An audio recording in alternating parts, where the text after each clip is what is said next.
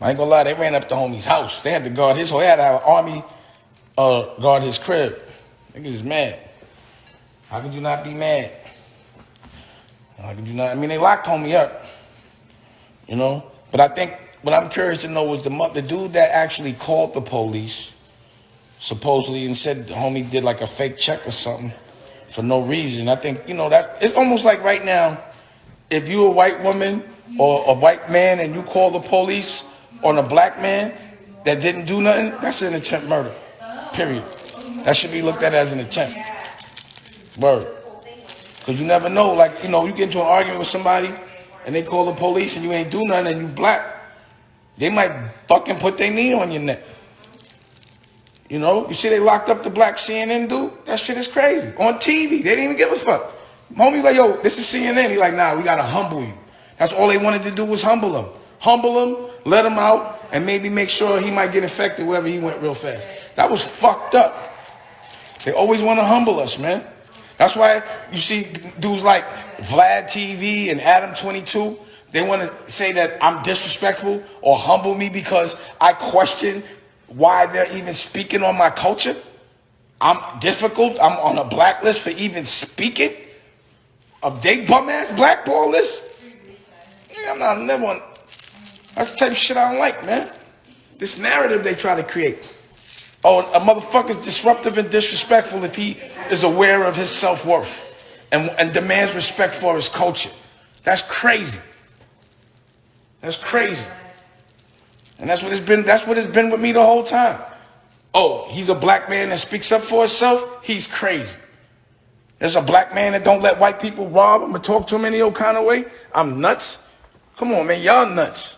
Pause. Letting weak motherfuckers and nerds tell you what to do. Legally.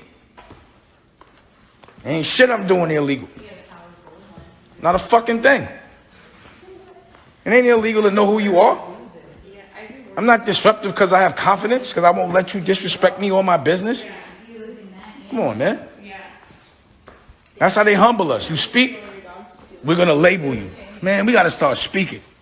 We got to start doing things that are intelligent. That's how we win.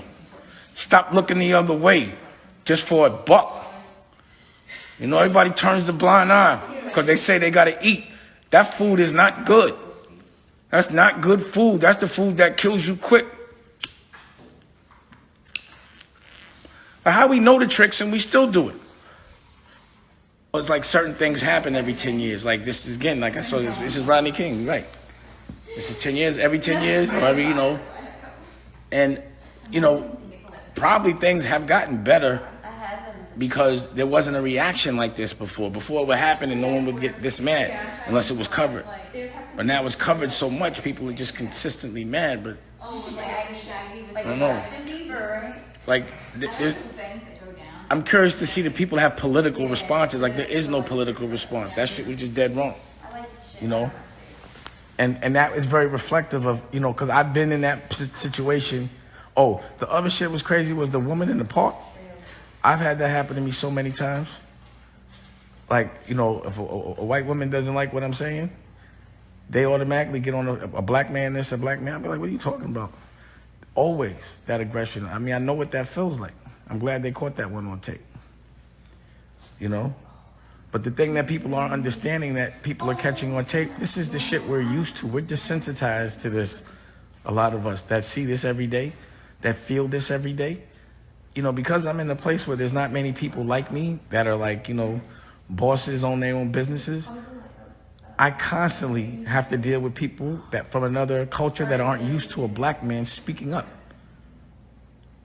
And it's a form of racism when someone's surprised that you could have a voice. That's racism if someone says, how dare you ask a question about something you don't like about what's happening to you? How dare you question my system?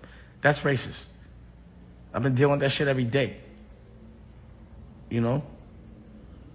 But I'm not like rioting about it. I'm just not playing in that system. See, the thing about the police is I got to go outside. You know? In business, I ain't got to go to your business. But I got to go outside. You know? It's not like you can be independent of the police. It just doesn't make logical sense. You do need the police. If anybody loses their wallet to get robbed or somebody break in your house, you know, you go into the police. I don't care how much you hate them. you know. And out of 100 people, police or not, there's always going to be 10 bad ones. So I also hate to hate a whole police because of 1 or 2 or 3 people.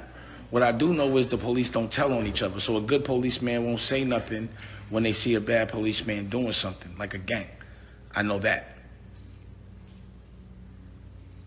But I really don't have, I have no advice other than stay safe and stay out their way.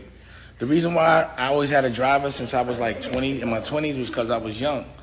And I had a car when I was like 15. And that was the only way the police could get with me, is when I'm driving the car. All the other shit I was doing, never. I never, can't touch me. Anytime I saw some cuffs, it was usually because I was behind the wheel without a license and they had the reason to go in the car and this, that, and the third. My point is, I've been living a life of trying to avoid the police since I was a criminal. And I haven't been a criminal since I was, like 30 years ago. Way past statute of limitation time with no bodies. So I'm what do you call that? PTSD. PTSD. I've always had PTSD of the police. Every time I'm with my girl and she's driving and the police come anywhere near me, I get scared, start looking around. Damn it. Nothing was happening and there's helicopters the other day. Yeah. Stressed out. We was walking the dog and we saw helicopters for more than 5 minutes. Are they following us? I for sure was. Our house? Why are they not moving? I thought it was some good fella shit going on. Like, I didn't even do nothing. And it's not worth it. I started trying to logically think how I'm always worried about them lying. Because some people lie, because lawyers lie and people lie all the time, what I have to fear is unfairness, is people not telling the truth. That's my only fear, is the liars. The people that just hate themselves so much that they don't know how to do anything but distribute hate. I don't understand how someone would want to take a life for no reason. Why they would want that on their conscience. Like, what kind of dark individual is that? Like, can't nobody tell me to kill somebody? Please. I'm not putting that on my conscience. Like, what would make somebody feel joy in snapping somebody's neck for no reason? How much can you hate yourself that you want to kill something for no reason? I guess we have to play a different game. Because war is different these days. I'm going to give you an example. We went to war with Russia and they kicked our ass last year. They controlled our government and our election. No one got killed. But that was a war. And they won that one. I can't even be mad at your enemy when they play a good trick. Like, that was a good trick. I was like, that was a good one. Nobody got killed. And they had, look at our country right now. Which is a complete dysfunction. They controlling that right now and laughing at us. Right. So that's one kind of war. Now, let's say this COVID thing was intentional and somebody pushed a button, they the illest of all time. It's the best war I ever saw. They just hit the whole world without picking up a gun. Right? So if someone was strategically like, yo, I'm going to hit the whole world, I'm going to go to war with everybody, fuck everybody's economy up and everything, and this is it, COVID, new kind of war. We can't fight the same that we fought 30 years ago. We're more evolved 50 years ago, 100 years ago. The violence ain't it. It's your brain. It's these cameras. It's these computers. It's social media. It's the distribution. It's all the ways that you can talk to people. Because at the end of the day, it's about a narrative. It's about your perspective. If they want us all scared, like you see how people still dying every day, but nobody's scared no more. Because they're not talking about it like they used to no more. They want everybody outside for the economy. Now, if the newspapers keep putting every single time somebody dies on the front page of the news, every single newspaper, everybody going to be scared. But now that they're not doing that, everybody like, yo, it's loosening up. They're opening it up. But people still, 1,000 people died today. I don't get it. Or got infected. I don't get it. I'm still not going. I wasn't going outside when 400 people was infected. Why would I go outside when 1,000 is? I'm not doing it.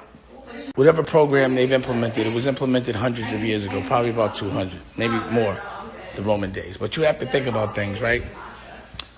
A long time ago, Egypt was in control. They was black. And other cultures were enslaved. The Moors running around, having sex with everybody's wife, conquering everything on elephants. And, another culture was like, yo, we can't have this shit no more. And not only because these guys are strong, they like to take shit. They're taking over everything. So when we get the rock, we have to make sure we keep it for a while, for our family. So there was a plan implemented to control us, to govern us, to keep strong people in control, to keep us thinking we need weak people. Why do strong people think they need weak people to survive? It makes no sense. That's programming to be thinking that shit. It's a program. It's a plan. And the thing is, this lasted about a couple of 100 years. They had us for that. But there's awareness now. So now we have to make a plan so the right people stay in control for the next couple of 100 years. So our kids ain't got to go through this. But what is that plan and who's going to implement it? So, does anybody have any answers? I'm asking, you know? Like, I'm not going to pretend I know something I don't. I can't tell somebody to do something I wouldn't do myself. It ain't nothing I can tell y'all to do right now but make a television network, because that's all I'm doing. Make some content. Get smart. Believe in yourself. You know, I'm not one for really complaining. I'm one for making a plan. What's the plan? I'm looking for somebody to give me a plan. I need it right now. I need a plan. I ain't gonna lie. This shit gotta stop. You know? Because I've been the guy that, you know, y'all know me, right? I keep a camera on to protect me. And that camera did not protect that dude. Like, I would have been on the floor. What are you doing? There's a camera on you. What are you doing? Nigga didn't care. He was posing. Shit is nuts.